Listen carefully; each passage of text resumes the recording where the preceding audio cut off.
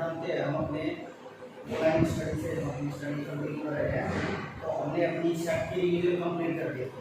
हम अपनी रिलेशन की रिवीजन कराए गए थे और हमने रिलेशन और फंक्शन चैप्टर की 2 एक्सरसाइज अपनी कंप्लीट कर दी थी। अब हम बेटे नेक्स्ट एक्सरसाइज को प्रोसीड करेंगे जो कि आपकी होगी फंक्शन से रिलेटेड। तो ये एक बहुत ही इंपॉर्टेंट कंसेप्ट है अबाउट फंक्शन। फंक्शन क्या है? सिंपली हम बात करें तो स्पेशल काइंड ऑफ रिलेशन। इस वर्ड का मीनिंग क्या है? हम बात करूं स्पेशल काइंड ऑफ रिलेशन, मतलब यहां से मैं ये बोल सकता हूं every function is relation but every relation is not function. क्योंकि कोई ना कोई आपकी कंडीशन आ जाएगी, किसी भी रिलेशन को अगर फंक्शन होना है तो कोई ना कोई स्पेशल रूल रहेगा या स्पेशल कंडीशन रहेगी, इसके बाद ही वो रिलेशन आपका फंक्शन कहलाया जाएगा। That's why we have special kind of relation is known as function. तो वो स्पेशल कंडीशन क्या होगी इसी के बारे में आज बताएंगे।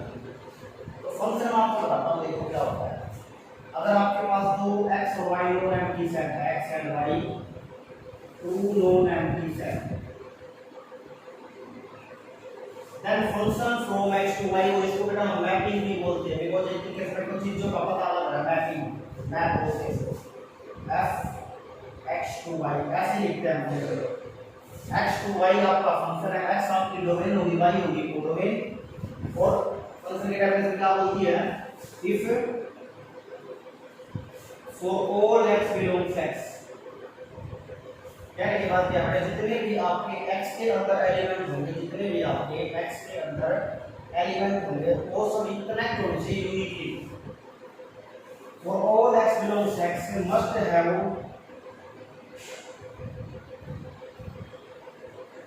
y belongs y uniquely.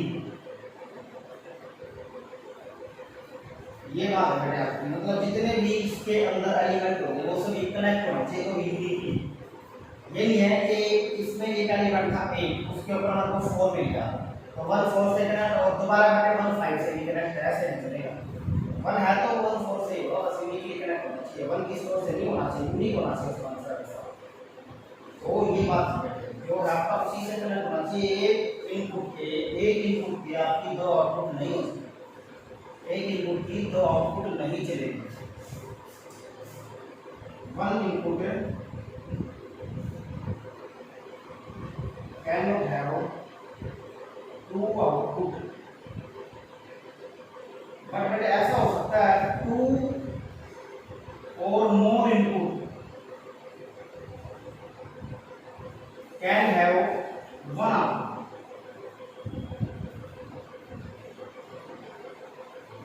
two or more input can have one output। For example अगर मैं बात करूं कोई स्क्वायर का फंक्शन है, अगर मैं उसमें x की जगह पे 1 रखूं तो 1 का स्क्वायर 1 रहेगा, तो 1 के ऊपर 1 मिला, -1 रखूं तो भी 1 रहेगा, तो 1 पे भी 1 -1 पे भी 1 वो चल जाएगा। बट ऐसा नहीं होगा एक इनपुट की आपकी दो आउटपुट हो, यूनिकली कनेक्ट होने चाहिए, एक इनपुट एक से बस ऐसा होगा। दो इनपुट एक से चल जाएंगे बट एक इनपुट की दो आउटपुट कभी भी नहीं होगी। तो ये छोटा सा आपका फंक्शन का इंट्रो था, हम इसके बारे में कुछ क्वेश्चंस करेंगे। जैसे मैं अगर एरो डायग्राम में इसमें बात करूं, एरो डायग्राम में तो हम क्या बोलते थे 1 2 से कनेक्ट है, 2 3 से है, 4 5 से है। तो कहने की बात क्या है? जैसे अगर मैं x के एलिमेंट्स की बात करूं तो इधर आपका ये x है और ये y, x to y आपका फंक्शन है। इसके अंदर एक भी बचना नहीं चाहिए जो किसी से कनेक्ट ना हो, मतलब जिसके ऊपर आपको आउटपुट ना मिली हो, ऐसा इसके अंदर बच जाएंगे बट इसके अंदर नहीं बचना चाहिए, सभी एक सभी कनेक्ट होने चाहिए। तो यहां से मैं क्या बोल सकता हूं? देखो एक बात और देखना, जैसे हम अगर हमारे सामने अगर शीशा है तो वो हमारी इमेज होती है। ये चलो ये मिरर है, ये हम खड़े हैं और ये मिरर है, तो इसके अंदर जो भी बनेगा वो तो इमेज होगी ना, इसलिए इन वालों को ना हम इमेज बोलते हैं, इमेज।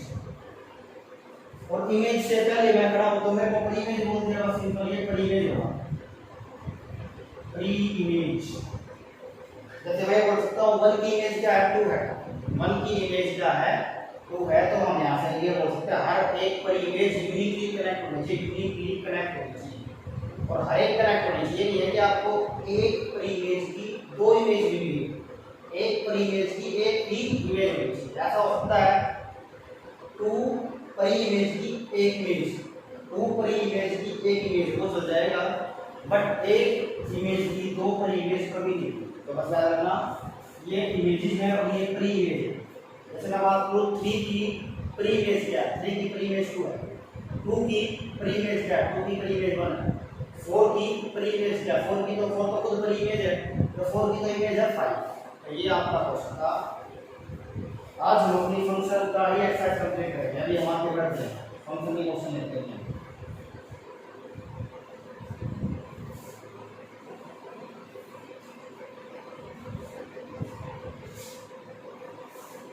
देखो स्टूडेंट्स, इमेज प्री इमेज का मैंने आपको कंसेप्ट बता दिया। अब हम पढ़ेंगे डोमेन एंड रेंज के बारे में। फंक्शन की डोमेन एंड रेंज क्या होता है।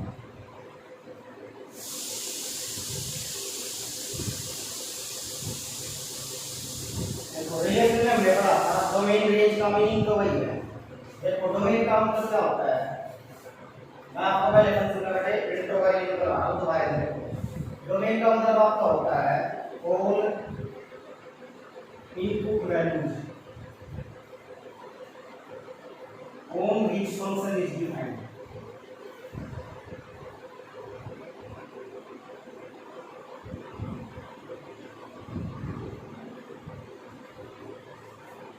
इसका होता है ऑल आउटपुट वैल्यूज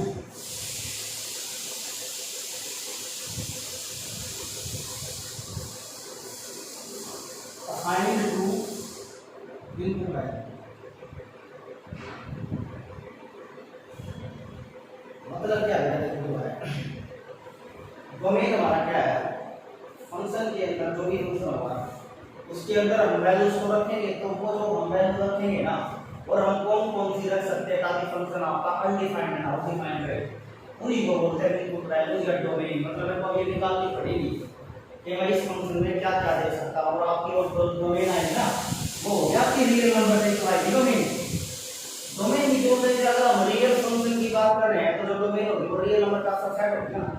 बस रियल नंबर जितने भी आज तक आपने जितने भी रियल नंबर पढ़े ना उन्हीं के अंदर से क्यों नंबर रखता है। जैसे मैंने बात करी कि भाई कोई फंक्शन है, मैं उसमें जीरो नहीं रख सकता, बिकॉज़ जीरो के ऊपर फंक्शन हो जाएगा अनडिफाइंड, तो वो मैं हटा दूंगा, बाकी सारे रियल नंबर ले लूंगा। इस तरीके से हम इसमें डील करेंगे। रेंज का मतलब क्या, आप डोमेन तो रख रहे हो बट आपको लिखना क्या है, आपकी आउटपुट क्या है, आपको आंसर क्या क्या मिल रहा है, आपको आंसर सारे रियल नंबर मिल जाएंगे या फिर आपको बार बार बस एक ही मिल रहा है। जैसे कोई फंक्शन है, मेरे को मैं उस मैच में कुछ भी रख लूँ तो बार बार ना दो दो दो दो मिल रहा है, तो दो उसकी रेंज हो जाएगी। आप किसी फंक्शन में कुछ भी रख रहे हो बार बार 1 2 3 -1 -5 5/2, तो वो तो आपकी डोमेन होगी, और आपको हमेशा दो ही रहा है, तो जो दो मिल रहा है वो आपकी रेंज बस इकलौता दो, अकेला दो ही आपकी रेंज। तो इस तरीके के क्वेश्चन आई हो, अभी थोड़ा बदल हो रहा होगा, फिर हम आगे बढ़ते देखते हैं।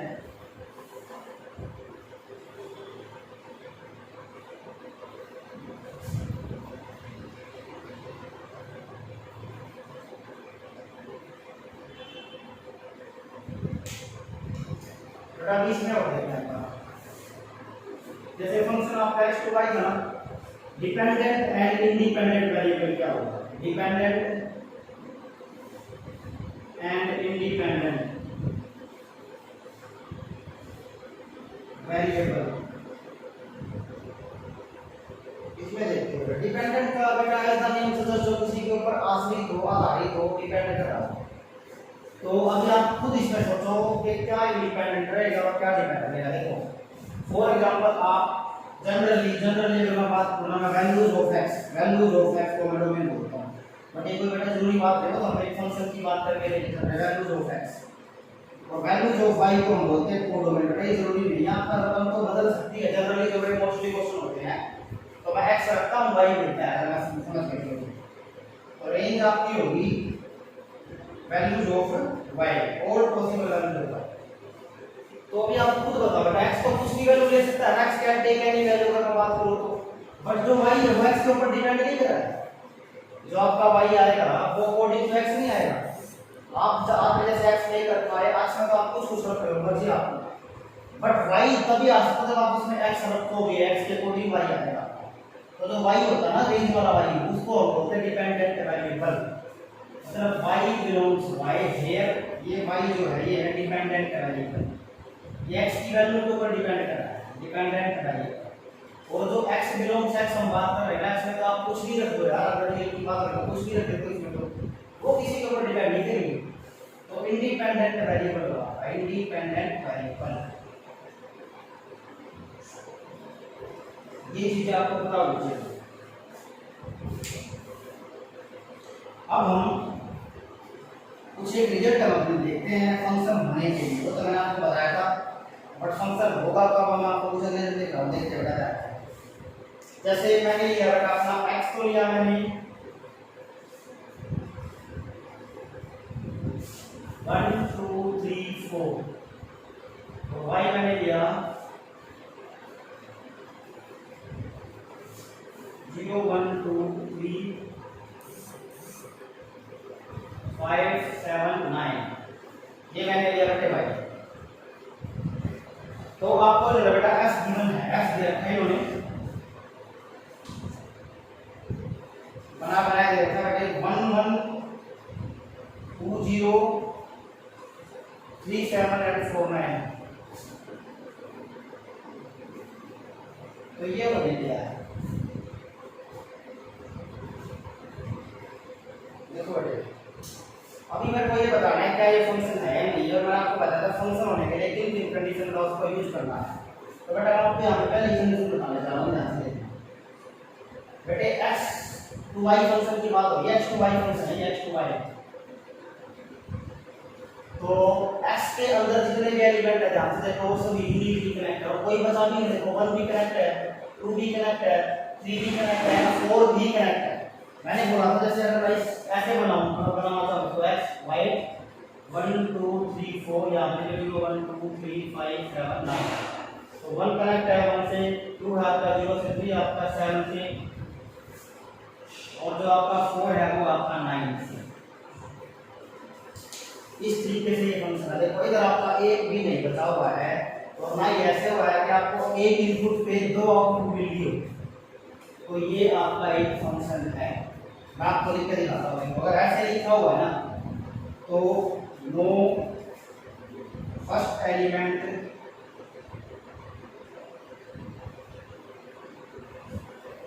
नो टू डिस्ट्रिक्ट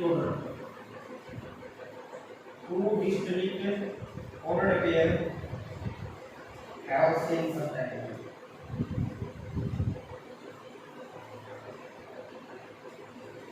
इसका मतलब क्या है, no two distinct order pair have same first element, मतलब बेटा अगर आपके दो अलग अलग ऑर्डर पेयर है ना, अलग अलग ये ऑर्डर पेयर है, तो इनका जो फर्स्ट एलिमेंट है वो आपका सेम नहीं होना चाहिए, बिकॉज अगर वो सेम हो गया, बिकॉज अगर वो सेम होगा तो यहाँ से साफ साफ पता लग रहा है कि दो एक ही इनपुट तो है ये, बट उसके ऊपर आपको दो आउटपुट नहीं आ रही है, 1 के ऊपर 1 भी मिल रहा है, 1 के ऊपर 2 भी मिल रहा है, जो कि पॉसिबल नहीं है। एक इनपुट की एक आउटपुट ऐसे चल जाएगा, दो इनपुट डिफरेंट और सिंगल आउटपुट, ठीक है ना, तो ये नहीं चलेगा आपका। तो मैंने इसको ना एक लाइन में लिख दिया है कि जब आप ऐसे बात करोगे तो जो ये पहले वाले एलिमेंट है ना, दो अलग अलग ऑर्डर पे या 3 की कितने के, वो शुरू वाले सेम नहीं होने चाहिए, कहीं भी शुरू वाले आपके सेम नहीं होने चाहिए बस।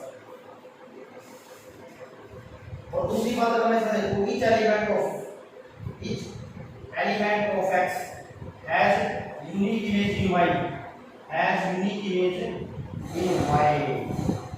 यूनिक इमेज है, ये नहीं है कि इसकी दो इमेज आ गई वो यूनिक थोड़ी ना होगी, दो इसकी तो इसकी तो एक इमेज है, इसकी भी एक इमेज, इसकी भी एक इमेज, इसकी भी एक इमेज, ठीक है ना, एक बड़ी इमेज की एक इमेज होनी चाहिए बस। तो ये दो कंडीशन आपकी हो जाती है, पहले वाला एलिमेंट सेम नहीं होना चाहिए, और वही एक एलिमेंट यूनिकली कनेक्ट होना चाहिए जो कि है, each element of x has unique image in y, ये बात भी हो जाती है।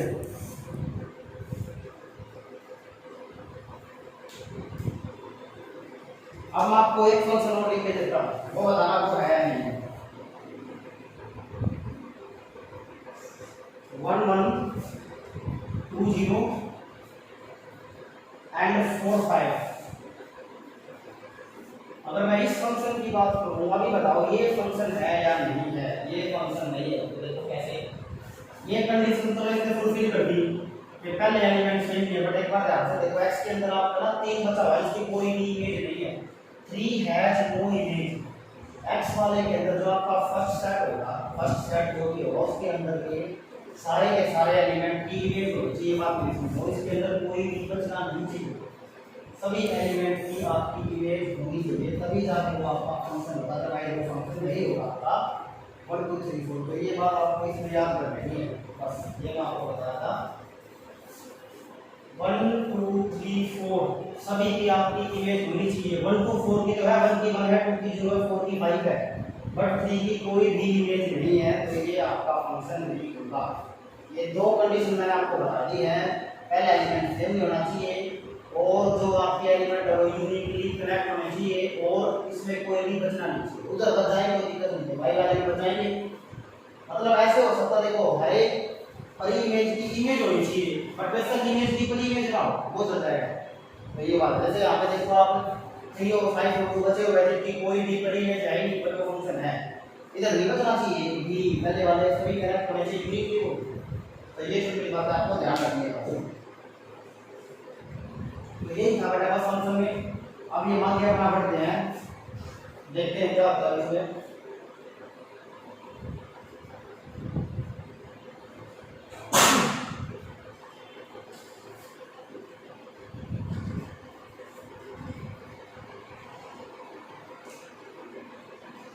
मैं आपको बताता हूँ representation of function. Representation of function पहली है बेटा आपकी रोस्टर फॉर्म, तो सेकंड बी वही बना, ये है बेटा आपके बाद में बिल्डर फॉर्म, इसके बाद बेटे बाय एरो डायग्राम जैसे लिखो ऐसा से कहां पे,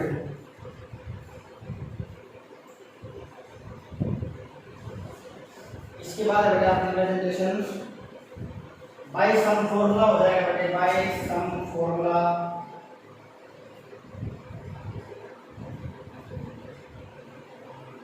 एंड बेटे बाय ग्राफ। बाय ग्राफ ये 5 तरीके से आप किसी भी फंक्शन को रिप्रेजेंट कर सकते हैं।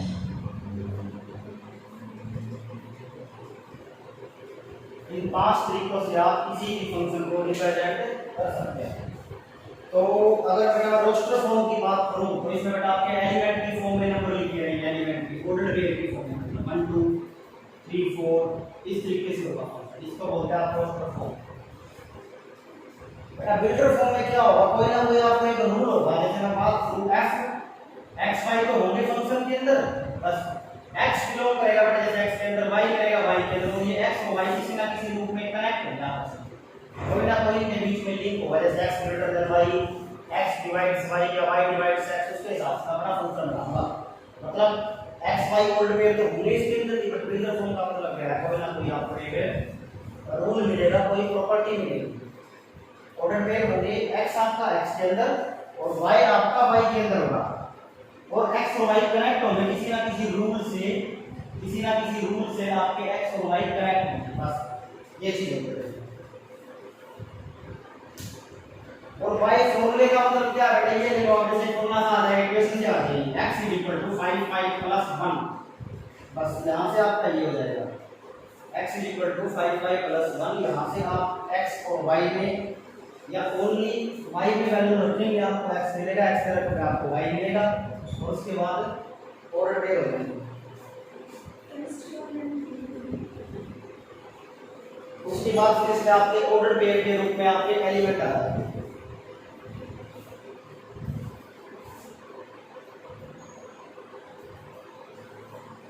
ये बाय सम फॉर्मूला होगा बेटा। एरो डायग्राम में आपको पता है, एरो डायग्राम में क्या होगा, जैसे x to y आपका फंक्शन 1 2 3 4 5 6 7 8, तो 1 5 से 2 6 से 3 7 से 4 8, इस तरीके से हम उसको रिप्रेजेंट करेंगे। सर्कल से बनाते, ओवल बनाते, ओवल सोच लो इसको, एलिप्स सोच लो, ऐसे शेप में बना के हम सभी को आपस में कनेक्ट कर देंगे, बस ये है रिप्रेजेंटेशन फंक्शन की by arrow diagram. Roster form आपको पता लगी, ऑर्डर पेयर लिखे रहेंगे एलिमेंट की फॉर्म में, बिल्डर फॉर्म में प्लस सा होगा जो बिल्ड करेगा आपका x y रहेंगे, और x और y के बीच में कोई ना कोई रूल रहेगा जिसको पढ़ के मैं उसको रोस्टर फॉर्म में रखूंगा, या फिर जो भी ऐसे कैसे रहेगा। सी हमने पढ़ा एरो डायग्राम, एरो डायग्राम में हमारे से रिप्रेजेंट करेंगे उसको, मतलब x की इनपुट लिख लेंगे और जो y में है वो लिख लेंगे, और जो कनेक्ट होना है आफ्टर रूल वही रूल होगा, उसको वैसे इसी को ले लो ना, इसी को ले लो।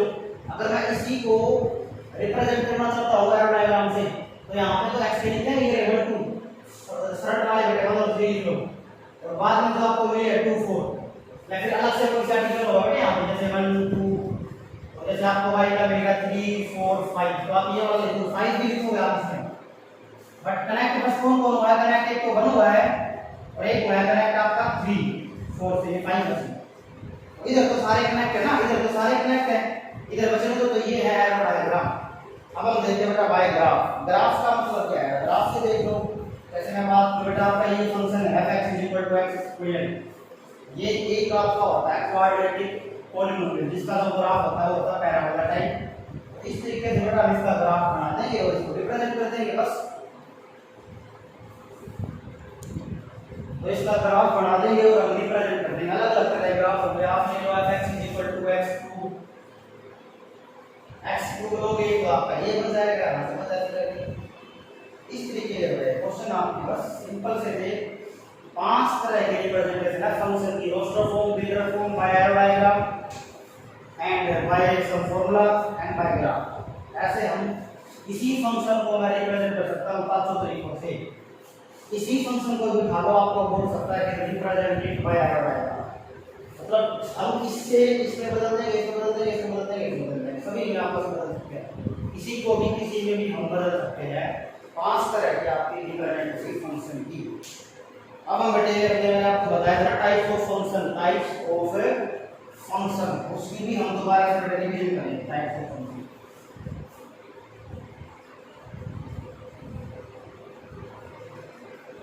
तो हम अपना टाइप्स ऑफ फंक्शन बेटे करने जा रहे हैं। आज देखते हैं बेटे एक तो टाइप ना होता है टाइप्स ऑफ फंक्शन। तो बेटा जो आपका सबसे पहला फंक्शन होगा वो आपका होगा बेटा, ये आपको बेटा से जैसे टाइप और मेन टाइप आपके बाद में आएंगे बेटा, मेन टाइप जो अभी बाद में आएंगे सब इंपॉर्टेंट टाइप। ये बेटा सिंपल बताता हूं आपको, real valued function, real valued function बेटा इसमें कुछ भी नहीं है जिसकी आउटपुट हमेशा रियल हो बेटा, आउटपुट ऑलवेज रियल। बस जो मेरे को रियल वैल्यू रिटर्न करे ऑलवेज रिटर्न रियल वैल्यू, उसको बोलते हैं बेटा रियल वैल्यू फंक्शन। सिंपल है बेटे। और इसके बाद बेटे जो भी आपके सेट होंगे ना, सेट जैसे आपने ए सेट लिया, आपने लिया बी सेट, ये दोनों के दोनों बेटा रियल नंबर से बिलोंग कर रहे हैं। ए भी रियल नंबर पे आएगा और बी सेट भी रियल नंबर से आएगा, मतलब इसी का सबसेट होगा ए बी का का बी बी का, मतलब A and B are the two sets of real number. Real number के सेट होंगे ना वो, तभी हम बेटा इसमें रियल नंबर कहने का मतलब कॉम्प्लेक्स नंबर नहीं चलेंगे। मतलब इसमें ऐसा नहीं चलेगा कि भाई आयोटा आ गया 2 आयोटा आ गया, ये नहीं चलेगा बेटा इसमें बिल्कुल भी। आयोटा 2 आयोटा ये नहीं चलेगा।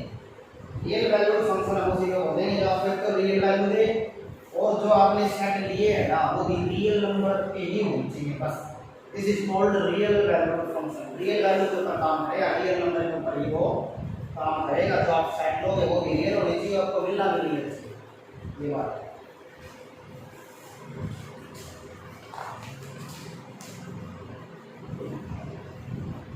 इसके बाद हम देखते हैं सम्स कैसे टाइप है फंक्शन के, सम्स कैसे टाइप। स्टैंडर्ड टाइप हम पढ़ेंगे, मैंने आपको पहले बताया था ना, modulus, greatest integer, fractional part function वो हम बाद में करेंगे।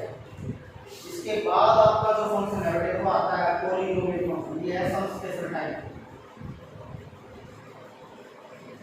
Polynomial function. बेटे पॉलीनोमियल का मतलब क्या है, जैसे पॉलीनोमियल आपको पता है जिसके अंदर मैनी टर्म्स हो, और बेटे पावर जो होनी चाहिए वो होल नंबर में होनी चाहिए, किसी भी तरीके की पावर होल नंबर में। क्वाड्रेटिक पॉलीनोमियल, क्यूबिक पॉलीनोमियल वो आपका बेटे पॉलीनोमियल होता है। बेटे अगर मैं क्वाड्रेटिक पॉलीनोमियल की बात करूं तो ax² + bx + c ये हो गया first. Second polynomial cubic polynomial की बात करूं ax³ plus B X square plus C X plus ये बेटा आपका क्यूबिक पॉलिनोमियल। बट अगर बेटा मैं जनरली एक पॉलिनोमियल की बात करूँ ना तब क्या होगा बेटा, ये तब को क्या हो सकता है, जैसे बेटा आप यहाँ से ऑब्जर्वेशन करना चीजों को, x में जो पावर है बेटा वो घटती जा रही है, x में पावर आपकी घटती जा रही है, बिल्कुल घटती जा रही है बात। और जो कोएफिशिएंट है बेटा ये भी चेंज हो सकते हैं। तो मैं यहाँ पे बात करूँगा ये नो x की पावर n। बेटा मैं आपको जनरल पॉलिनोमियल बता रहा हूँ, इस पॉलिनोमियल से आप किसी भी पावर का पॉलिनोमियल बना सकते हैं, 10 पावर का भी 1000 पावर का भी, एक पावर बढ़ती जानी है बस per day. a not x की पावर n, यहाँ पे बेटे a बनाने ये बेटा कोएफिशिएंट के लिए लगा रहा हूँ, आपके कोएफिशिएंट है ना, x की पावर बेटे n माइनस 1 होगी ना, प्लस a2 x की पावर n माइनस 2 चलता रहेगा यहाँ पे an एंड x की पावर n माइनस n बेटा जो कि आपका ये 0 हो जाएगा, x की पावर 0 आपका 1 हो जाएगा। तो बस ये बच गया, ये आपका जनरल पॉलिनोमियल। कितने भी पॉलिनोमियल बनाओ आप इससे बेटे कितने भी पॉलिनोमियल बना लेना, ये आपका पॉलिनोमियल फंक्शन। ऐसे बेटा आपको ये क्वेश्चन करना था, जनरली होता है बस बेटे। जो यहाँ पे a0 a1 a2 an इनको बोलते हैं coefficient of the polynomials. Coefficient in the polynomial बेटे अलग-अलग कोएफिशिएंट रहेगा, ठीक है। तो ये है पॉलिनोमियल फंक्शन, क्वाड्रेटिक है जो भी है बेटा। जब हम ग्राफ बनाएंगे इसका तो इसका क्या होगा हमेशा ही ये बेटा ऐसे होगा। तो ये है आपका सिंपल पॉलिनोमियल फंक्शन। बस बेटा यही को बोलते हैं, यही देखिए फॉर्मेशन को हम पॉलिनोमियल फंक्शन बोलते हैं, ठीक है बेटा।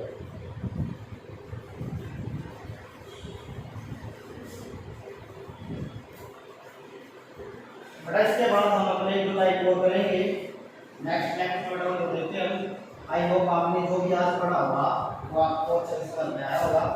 फिर भी अगर आपको कोई भी डाउट है तो you can send your doubts, you can discuss your doubts. तो आप अच्छे से इन जो मैंने करवा रहा हूँ आपका बहुत इंपॉर्टेंट ये कंसेप्ट हमेशा आपके साथ ही जुड़ा रहेगा, हायर क्लासेस तक आपके साथ रहेगा।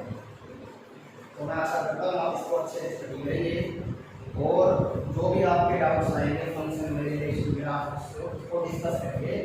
नेक्स्ट टाइम में हम अपना अलग आगे बढ़ेंगे बेटा, फंक्शंस के टाइप्स ही हम करने वाले हैं। तो अच्छे से स्टडी कर लेना, ठीक।